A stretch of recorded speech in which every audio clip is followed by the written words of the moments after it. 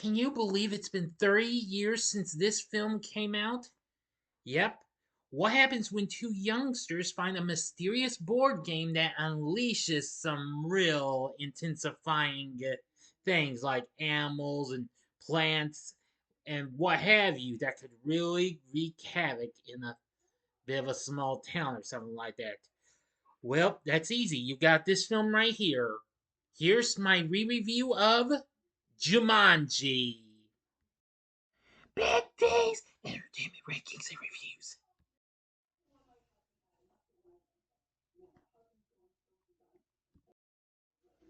So, greetings, my fellow YouTubers, and welcome to Big D's Entertainment Rankings and Reviews. I'm the Big D, and this time around, I bring to you a re review of the 1995 fantasy adventure flick Jumanji, released by TriStar, along with Interscope Communications and Golden Mean Productions. Directed by Joe Johnston, from a screenplay by Jonathan Hensley, Greg Taylor, and Jim Strain, based on the children's picture book of the same name by Chris Van Allsburg. Starring Robin Williams along with Kirsten Dunst, David Alan Grier, Bonnie Hunt, Jonathan Hyde, and Bebe Neuwirth. The story centers on a supernatural board game that releases jungle-based hazards on its players with every turn they take. The film was released on this day, December 15th, 1995. Henceforth, today is the film's 30th anniversary, just 5 days after it premiered in Culver City, which, of course, that's where Sony Picture Studios actually resides, as a matter of fact. I believe it's still there. Anyway, though it got mixed reviews from critics, it still was a box office success and became one of the highest grossing films of 1995 and was spin off a big franchise later on. In 1969, Alan Parrish lives in Brantford, New Hampshire with his parents, Sam and Carol. One day, he escapes a group of bullies and retreats to Sam's shoe factory. His friend Carl Bentley reveals a new shoe prototype he made himself. Alan inadvertently damages the shoe after misplacing it on a conveyor belt, but Carl takes responsibility and is dismissed.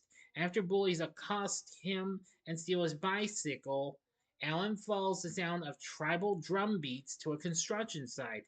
He finds a board game named Jumanji, which was buried a century earlier, and brings it home. That night, after a disagreement with his dad about attending a local boarding school, Alan plans to run away, just as his friend Sarah Will returns his bike. Alan shows her Jumanji and invites her to play. With each roll of the dice, the game pieces move by themselves, and a cryptic message describing the roll's outcome appears in the crystal ball at the center of the board. After Alan rolls, a message tells him to wait in a jungle until someone rolls a 5 or 8 and he is sucked into the game. Shortly after, a colony of bats pursues Sarah out of the house. 26 years later, siblings Judy and Peter Shepard move into the now vacant parish house with their Aunt Nora after their parents died in an accident the previous winter on a ski trip in Canada. Judy and Peter begin playing Jumanji after discovering it in the attic. Their roles summon giant mosquitoes and a troop of monkeys. The game rules state that everything will be restored when the game ends, so they continue playing.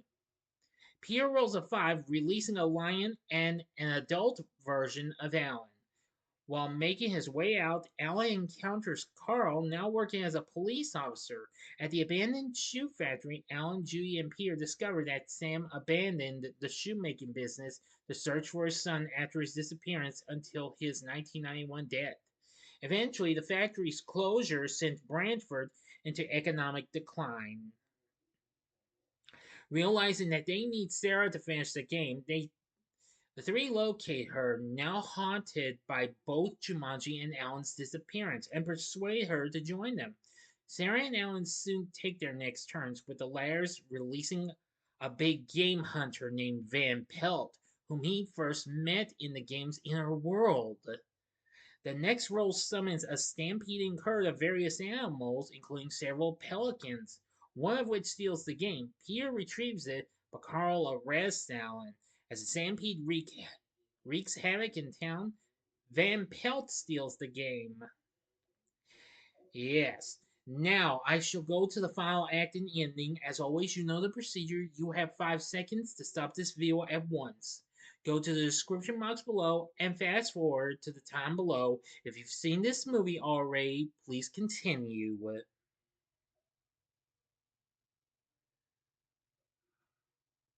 Okay, you've been warned.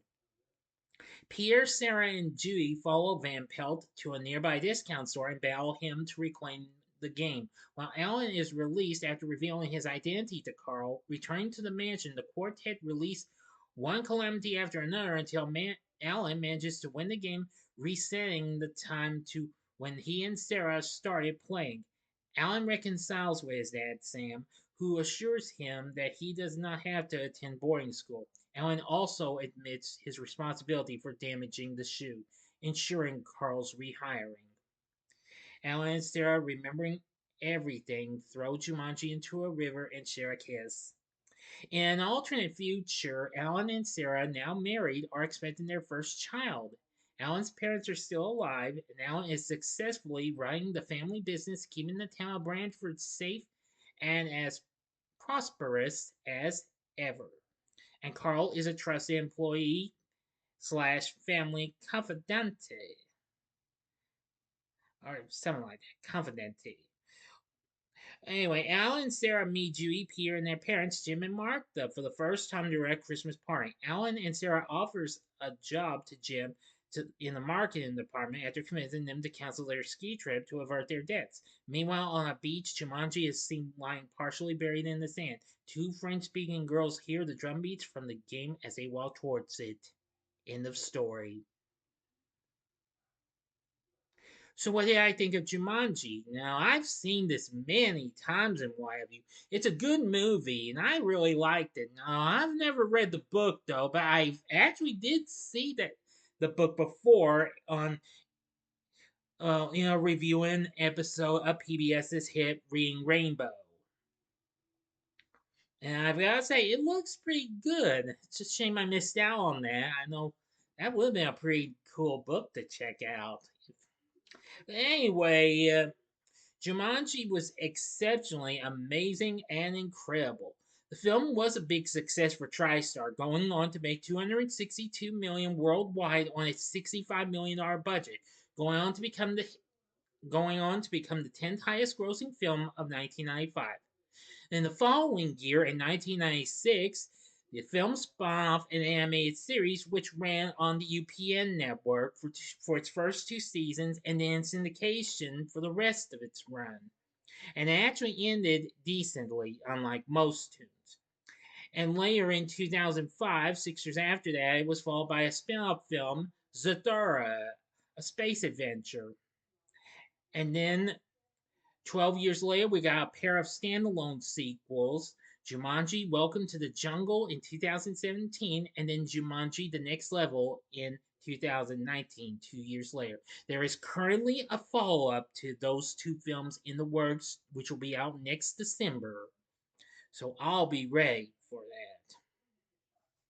that. And I will review those films as well, and Zathura as well. Anyway, aside from the animated series, there was also an actual board game of Jumanji done by Milton Bradley. In 2017, Cardinal Games released an updated version. Now, some of the real messages on the danger cards were updated and changed, and what have you. Now, apparently, I will warn you that in one scene, Peter cheats and soon changes into a monkey. Well, not an actual monkey, but changes it with I think if you've seen the movie, you know what I'm talking about. There was also a Microsoft Windows game called Jumanji, a Jungle Adventure Game Pack. And even a party video game based on the film came out for PlayStation 2 in 2006, but unfortunately only in Europe.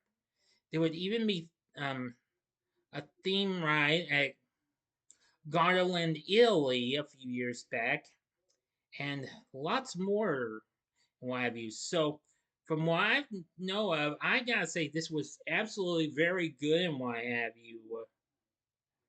And I think it's just such an incredible thrill ride. The film did well opening at the top of the box office, dethroning Toy Story. Cinema scored audiences polled by them gave the film an average grade of an A minus. Now for current bids, the film sets at 53% on Rotten Tomatoes. They're saying it's a feast for the eyes with a somewhat malnourished plot. The film is an underachieving adventure that still offers a decent amount of fun for the whole family. I agree. Metacritic has a score of 41. Pierre Bradshaw for The Guardians said Williams is exuberant but controlled as elephants trample the town and a waterfall crashes down the stairs in bizarre Kipling-esque fantasy that still holds up.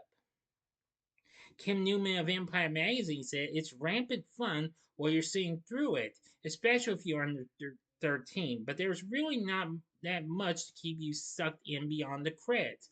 A half-term crowd pleaser you'll have forgotten by the summer. Well, that's understandable. I mean, considering that the MPAA gave this a PG rating, whereas the recent films got a PG-13 rating.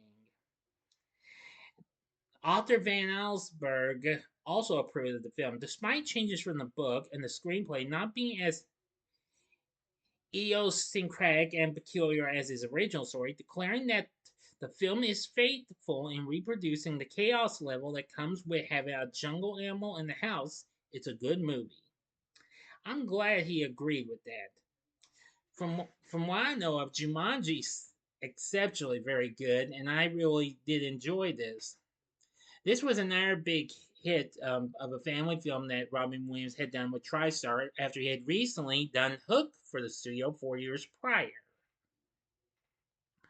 Now, well, I will say it is a shame we could have gotten a pretty cool game based on the movie for home consoles, but who knows how that would have turned out. But it's perfectly cool. The score is composed by James Horner, which is absolutely very good and what have you. Now, for the cast, we have Robin Williams playing the grown up Alan Parrish. He's exceptionally good. This was another great masterpiece of his. Now, playing Alan's younger self is Han Bird, who a few years later would go on to appear in Halloween H2O. Playing Judy is young Kirsten Dunst after she recently did Little Women 1 year prior, which I have yet to review that film. I'll review that sometime sooner. But anyway, yeah, this was one of her early attempts. I know that she did some other stuff, well, even before Little Women. I'm almost sure of it, but I could be wrong though. Bradley Pierce played Peter. He's good. David Alan Grier as Carl. I think he was good when he was just reacting every time it's some of the dangers that occurred in the present day.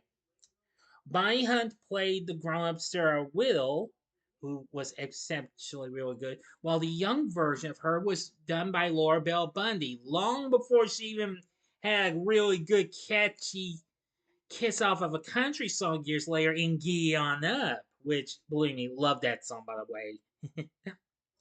Jonathan Hyde played Van Pelt.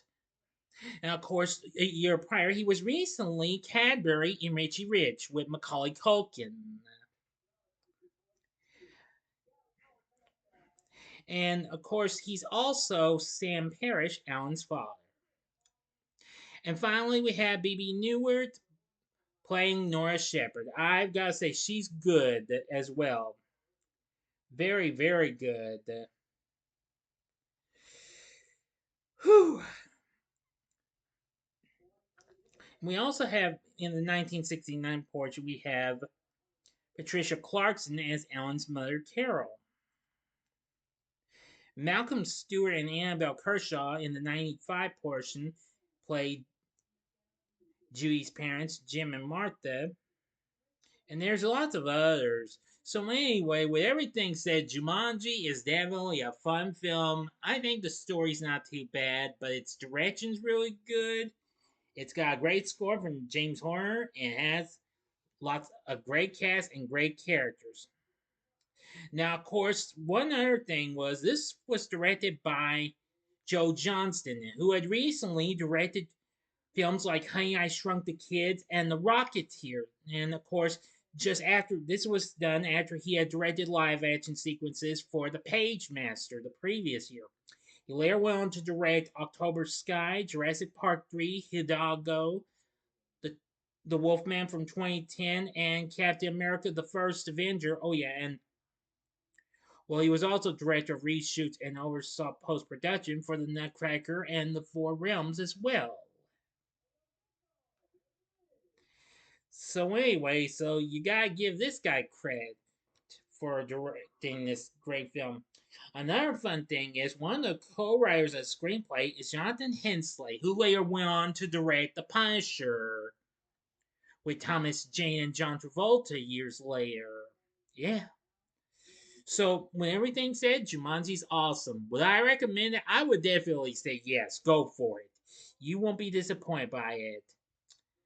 So what did you think of Jumanji? Let me know in the comment section below. If you like this video, consider clicking the like button, subscribe, hit the bell if you would like to be notified for more fun-filled when so that way you'll know what's coming up on my channel.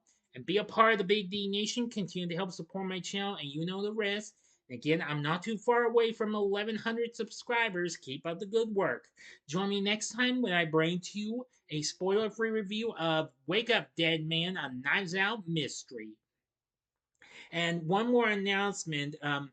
I've just found out the film One Battle After Another with Leonardo DiCaprio and Benicio del Toro is coming up on HBO Max soon. And expect a spoiler free review of that to come up soon. I'm not sure yet. Details to follow. I'll give you an announcement when I get a date fix up, okay? So that'll do it. So if you like this, you may want to check out my reviews for these other family flicks that Robin Williams actually did. In the upper left hand corner, you can check out my review of Hook from 1991. Or you can go to the upper right hand corner and check out my review of the original Aladdin from 1992. Great movie. Great animated film from Disney, that is. Or you can go to the bottom left hand corner and see my review of his 2006 underrated film RV.